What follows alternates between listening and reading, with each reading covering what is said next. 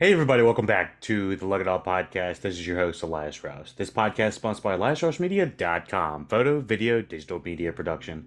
Today we are discussing the ever so talked about movie Madam Web, 2024, directed by S.J. Clarkson.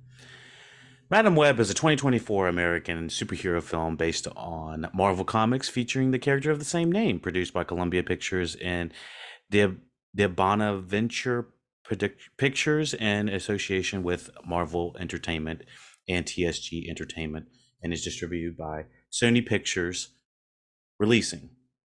It is the fourth film in the Sony's Spider-Man universe, the SSU, I guess, as the first time I'm hearing it being called. The film was directed by S.J. Clarkson from a screenplay she co-wrote with Claire Parker and the writing team of Matt Sazma and Burke Sharpless. Now, let's go ahead and talk about the writing team real quick. A lot of people have had a lot to say about their work. Anything from Dracula Untold, The Last Witch Hunter, Gods of Egypt, Power Rangers, Morbius, and of course Madam Web in 2024. So let's just say their track record's not the greatest in the movies that people have watched and movies that I've seen. I've seen about half of those, and they've just been, kind of mediocre at best. But again, I don't want to go in headfirst bashing this movie. I will be very uh I will be try to be aware about how much hate this movie is getting. I understand that some people are going at it from several different ways. That it's some people are like, oh, it's too woke. Oh, it has no script. Oh, the acting is terrible. Oh, Dakota Johnson, and all of her interviews outside of the film have been laughable and kind of poking fun at best of this movie. I'm coming in being aware of all of that. I'm trying to navigate this movie just as best well as I can, just grade it as the movie I saw. So I did go back and check out the marketing as well. So I do want to kind of mitigate my perspective on seeing this film. Now, with saying that, um, Sony has had a mixed track record, mostly more than less not great, with coming up with movies such as the Morbius films, the Venom films, both Venom 1 and 2, Morbius just 1 right now. I don't know if we're going to get a Morbius 2 at the moment, but coming in after those movies, Sony is it's mixed at best, I would say, with their track record. Um, Now, where does Madam Web fall on the line of, the previous movies that have to do with being in the Spider-Man realm or world, or the SSU, whatever they're calling it on here on the Wikipedia? Um, do these movies work without Spider-Man? Spider-Man has some of the most interesting characters outside of himself, with the rogues gallery of, got the Doc Ock, you got the Green Gab, um, you've got the, Sandman, so many of the classic ones that we've seen in, all of the Raimi films as well.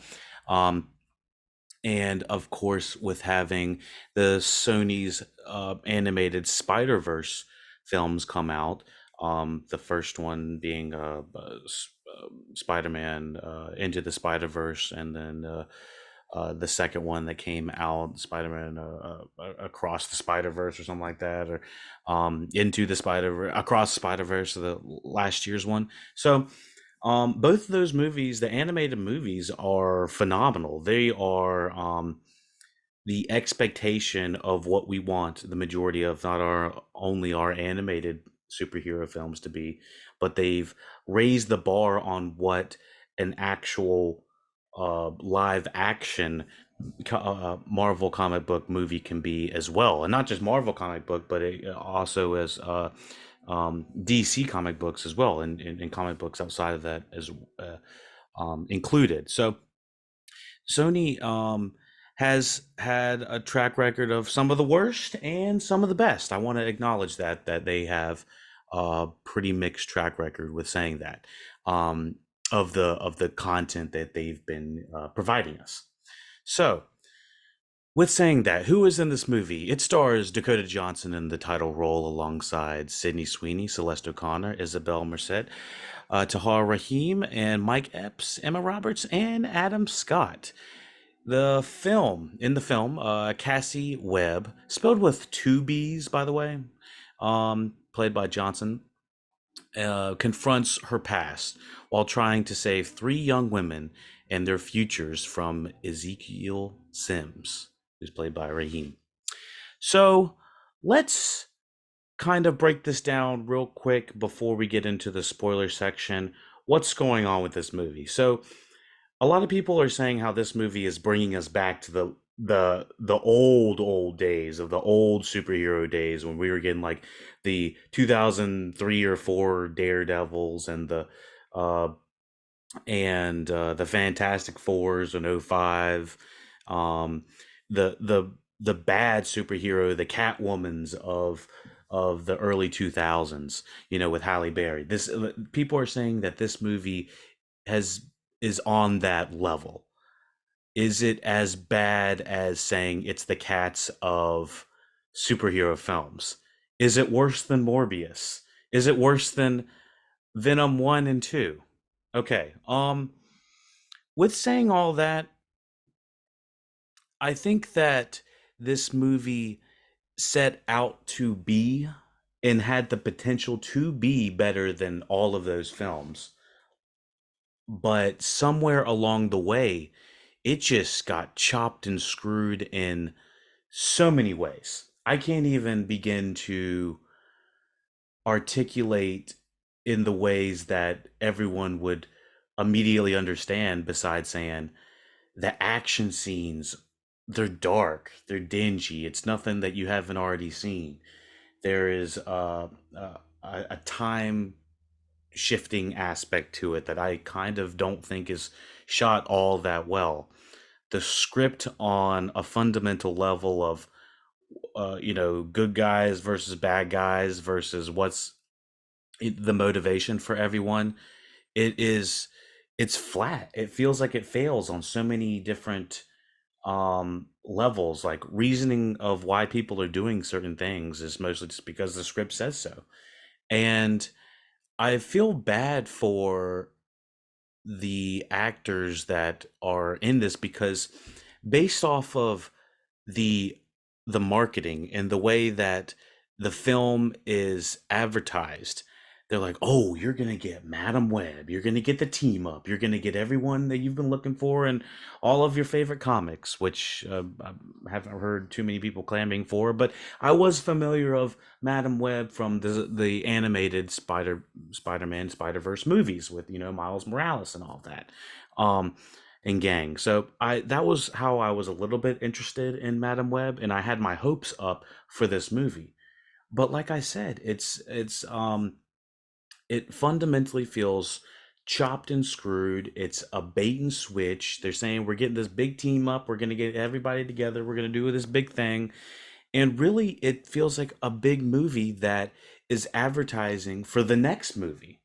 And that is kind of a Marvel problem more recently, how they, oh, we're going to get everyone to do everything in the next one, and then you got to wait another couple of years for it to actually happen, and then when it happens, it's usually not nearly as interesting or as intricate as the actual build up. Well, this was the build up of getting, got to get the band together, get the team together. And I've never seen such a movie just like point into their air and call their shot and just completely whiff the ball of what they wanted to do and where they wanted to go. And it's the Iron Man Terrence Howard saying, looking at the suit at the end of Iron Man, say, "Next time, baby." Is there going to be a next time, baby? I don't think there's going to be a next time, baby, because the fact is, this movie um is it feels like a massive commercial for another movie that's probably not going to happen now, or if it's going to happen, it's going to get folded into another one. Because honestly, right off the top of my head, I don't have a good way of advertise, or I'm not a script doctor, script writer, or anything like that, so I'm not going to try to fix the script right here. But I'm sure there was probably better ways to incorporate these characters within the Spider-Verse Venom Morbius universe without having this happen. Um I think they might have solved the success of the animated Spider-Man movies, and they were just like, fuck it, we're gonna go for it. I think they might have solved the success, the the moderate success of Venom, and they were like, fuck it, we're gonna go for it, because they thought they had something real hot with Morbius, releasing it twice in theaters. Now, I mean, if we want to just talk about just minor nitpicks about what the main differences are here, at least Morbius feels more just like a bad complete movie. It feels like everything about it was on all everyone was thinking in the same direction, but what they all turned out to come up, whatever came up was just a bad product. But everyone seemed to be focused in the same lane. Madam Web feels like there's too many cooks in the kitchen. It feels like Sony had their hands all up in the pies of, we need to have product placement here. We need to make sure we have these many characters over here. We need to make sure this guy has a spider suit over here, even though logistically a lot of it kind of doesn't make a lot of sense. Um, it's messy. This movie feels messy, and I don't want to put it at the feet of just one individual or one.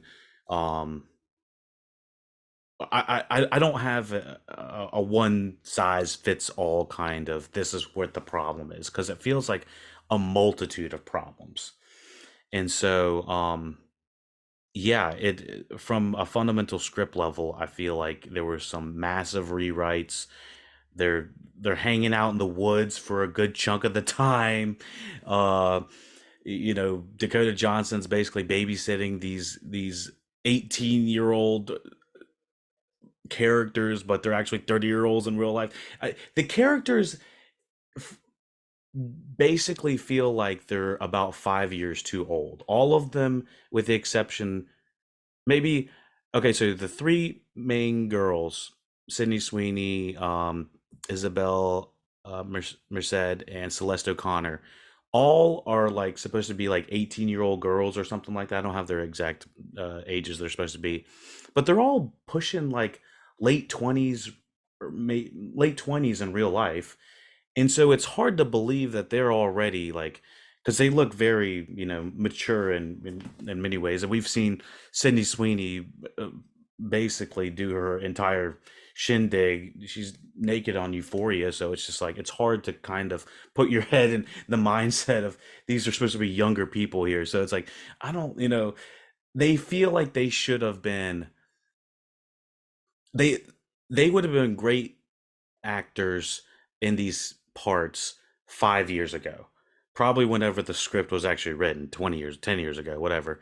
But they feel like they're like 12, 13 years old. They're just like immature, doing their own thing. They don't have to have the parents watch them or anything like that. And so Dakota Johnson's supposed to be kind of the madam, the surrogate mother that all of them kind of need. And it um it just doesn't come together in the ways that you need it to make sense. And so, from trying to break it down from a non-spoiler point of view, I feel like that's the kind of the best way. Is it's just kind of a messy amalgamation of different things happening. The best thing I can say about it, besides maybe like one or two interesting scenes, nothing too crazy, but the best thing I can say about it is they're not going to lose too much money. Now, they've already recouped uh $51 million over the first weekend, which is, it's okay, it's not great, but the good news is that I believe that the budget on Wikipedia says 80, but I believe it was about 100 million, which is 80 to 100 million, that's not bad at all. That's a drop in the bucket in comparison to some of these other movies. I mean, I think of like when Buzz Lightyear bombed in theaters for Disney. That was a $200 million project right there, and they just I don't even know if they made that their money back at all. So I know it's kind of like, apples to oranges with the animation to not, but $80 million tells me that they were aiming lean with this movie, and they were hoping it would spawn other films as well, which would be uh, future films to come. I'll talk more in spoilers about that. But and it's only a running time of 116 minutes, which if we're under 2 hours, I'm happy. I'm happy there. Recently I've just been, give me the story, get me out. There's no reason for me to like get pounded over the head with metaphors. So yeah, I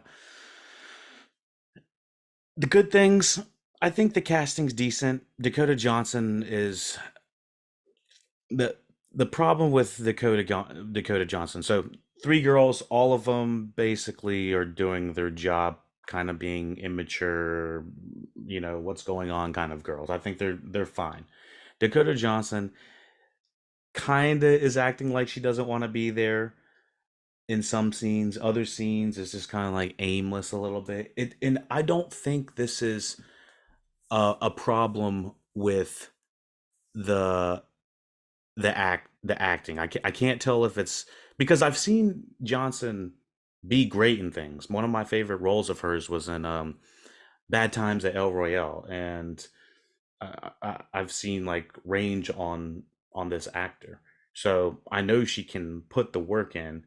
Now, in some scenes, she's like, "Come on, girls, we gotta go."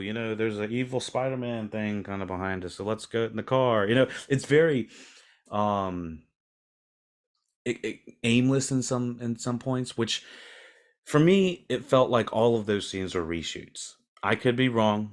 I don't want to make excuses or anything of why things happened a certain way, why they didn't.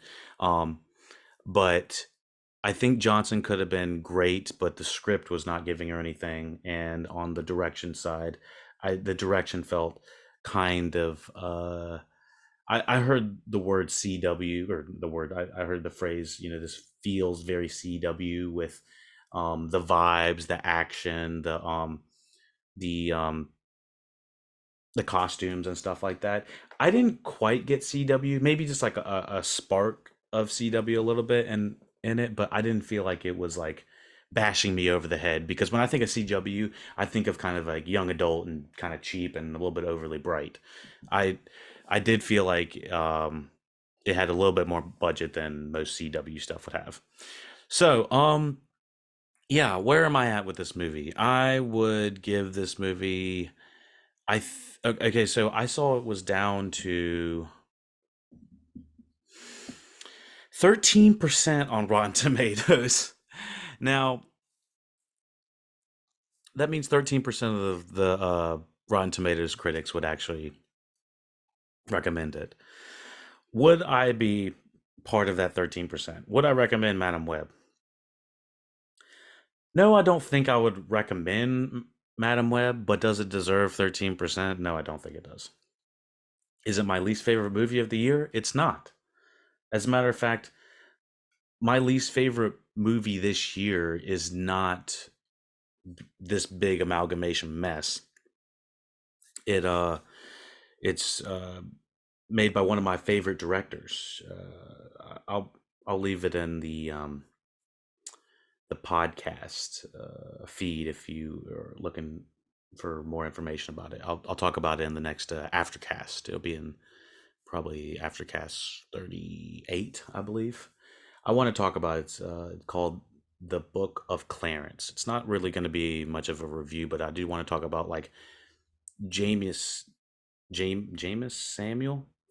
Um, One of my favorite directors. Sorry, this is a little tangent, but one of my favorite directors of, I think it was 2022, of With the Harder They Fall, of that movie. Came out with a movie that just slowed the brakes off of everything, called The Book of Clarence, and it had Lakeith Stanfield starring in it, and that movie actually is a little bit over 2 hours, and it is my least liked movie of 2024 at this moment. And which I kind of find interesting because it's less of a mess than Madam Web, but I had less of a good time in there.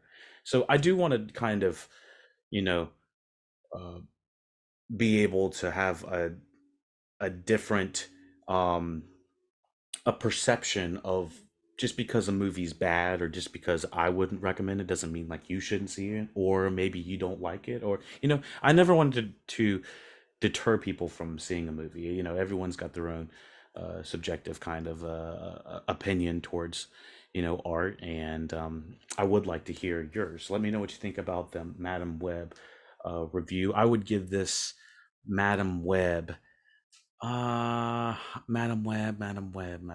Sitting at an hour 54, 80 million. It just it was so stupid that my girlfriend and I actually had a decent time laughing at it, that I can't hate it, which is why I've got it kind of down there. But from it being a competent movie, it's not a competent movie. It's not a franchise starter, it's a franchise killer, to my knowledge, because I'm pretty sure all of these other movies that are possibly going to come out after it are getting, um, people are stopping. People are like, hold the phone, we ain't doing it. Um, the only thing that really upsets me is that from the marketing that I saw, that I saw after the film, that it is clearly a bait and switch in many areas of the film, and I'm not happy about that. If you're going to show us one thing and a whole bunch of this fun stuff happening, and it's only alluded to in the movie, basically, um, yeah, it's a moderate bait and switch, if not worse. So, yeah, I'd give it a five. I don't know why I'm like really honing on this, but I'd give it a five, 5 out of 10. And yeah, it's it's a messy amalgamation, but I think there's a little bit of fun to be had in there. Let's talk about a little bit behind the scenes before we get into the plot. Sony began development on Madam Web film for its shared universe by September 2019, with Sasma and Sharpless hired to write the script. And so 2019, I think that was the following year after the original animated Spider-Man came out, um, into the Spider-Verse. So they wanted to clearly get these characters out there. And I do acknowledge that Sony has some sort of fight. I think they are obligated to release a Spider-Man movie. I think some sort of Spider-Man property, one every 5 years or something, so that they keep the rights. So some people are saying this is just like a a blankless piece of content that they're just getting out there so they can keep the IP. Maybe, maybe not. Um, Clarkson joined as a director in May 2020, making the film her feature film debut, while Johnson was cast in early 2022. This was followed by additional castings in the following months, particularly for the three Spider Women characters. Madam Web is a suspense thriller that depicts the titular character's origin story in a standalone universe, with an approach that was more grounded and gritty to many previous superheroes films. I don't know about that. Filming began in mid July 2022 and wrapped up before the end of the year, occurring throughout Massachusetts, including Boston and New York City. Clarkson and Parker's involvement as writers was revealed in November 2023. Madam Web premiered at the Regency Village Theater in Westwood, Los Angeles on February 12th, 2024. I thought it would have been smart. I honestly thought a February release would have been smart for, the kind of Valentine's time. People want to go see movies.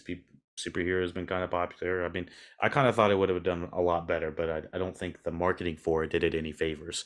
As a matter of fact, I saw random ass marketing that had like, it felt like guerrilla marketing of like, being clairvoyant is kind of is part of the movie. And so like Dakota Johnson's like, you're gonna like Madam Web twice, or you're gonna like Madam Web so much you're gonna see it twice. I know it because I can see the future, kind of thing. And it's like, oh god, you're really stretching your mark with that.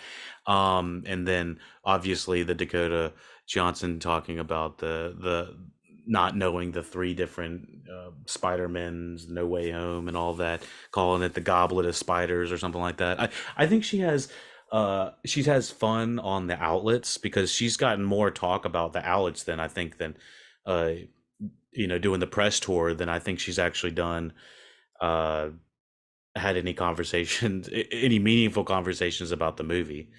And then they had that Raven Simone ad. That was like, because that's so Raven can see into the future. So it all of it's bad. It is all really bad. I don't know who's doing the marketing for it, but it was not good. Um, so yeah, the film was released on February 12th, 2024, and it was released in the United States on February 14th.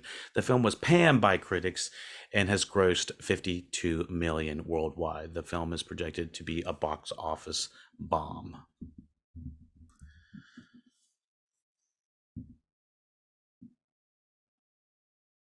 So, yes, we talked about the rating, we talked about the time, we talked about the box office, we kind of talked about what other people were thinking a little bit about it. I'm gonna check the threads real quick. Um,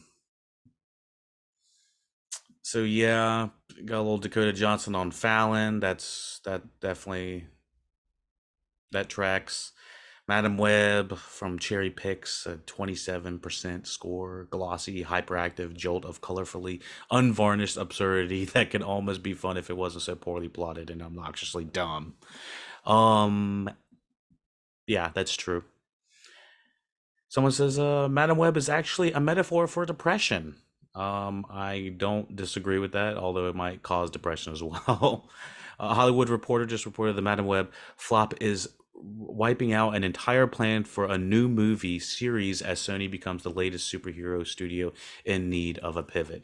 I mean, is this, you know, is this movie coming at the worst time of most superheroes? Uh, can agree, or most superhero properties have been oversaturated. Possibly. Now, if it was a good movie, which I'm trying to think of, the last good superhero movie probably be Guardians of the Galaxy 3 off the top of my head, which tells us that if you make a really good, unique superhero film, people will turn out and remember it. And I think actually the last animated Spider-Man might have been after the Guardians of the Galaxy 3, but yeah, people will turn out. Great movies. Um, let's see. Let's talk about this movie in full spoilers. Now, be sure to check out lookitoutpodcast.com for all of the content you can find us providing. We're going to have this review exclusively live on patreon.com/lookitoutpodcast for the first probably a couple months, just to get everybody to kind of get acclimated on there. We'll have the full review for everyone to check out there. Everyone else is going to be getting the condensed review on YouTube and every other platform. So be sure to check out patreon.com/lookitoutpodcast. Again, you can try, but you can also type in lookitoutpodcast.com and go to our website, and it'll take you to the Patreon page as well. So be sure to check out all of the ways that you can support us on PayPal, Patreon. You know what to do. Lookitoutpodcast.com. On SoundCloud, Math is. Thank you for commenting and saying you are enjoying our content and reviews. We appreciate you thoroughly, good friend. So be sure to check out all the other content that we have coming down the pipe. I'm gonna post a review of not a review. I'm gonna do a top 10 of 2023's television shows that we're just wrapping up. It kind of took a little bit of time to get out of the 2023 um, television cycle, because a lot of the television shows didn't wrap up till the end of like January, or sometimes mid February. So I'm gonna go ahead and get those out for you as well. So be sure to look for that coming down the pipe. What else are we watching right now? Night Country of True Detective season 4. Really entertaining season. It's a little rocky for some people from the story standpoint, but I still thought it was worth a heck of a watch. It was a lot of fun going week to week, watching all of the True Detective stories, theory crafting and whatnot. Let me know what y'all looking for this year. I know that I'm excited for Dune Part 2 coming out. I have some friends that have already seen it, and I've heard amazing things about it. Um, Action's supposed to be, out of this world. We got Chalamet, we got Zendaya showing up in a damn robot suit at the Met Gala, or whatever the hell that was, at the Ball Gala, or whatever the gala, one of the galas. And yeah, I'm super stoked about it. So yeah, be sure to check out the full review for Madam Web on patreon.com/Look It Out Podcast.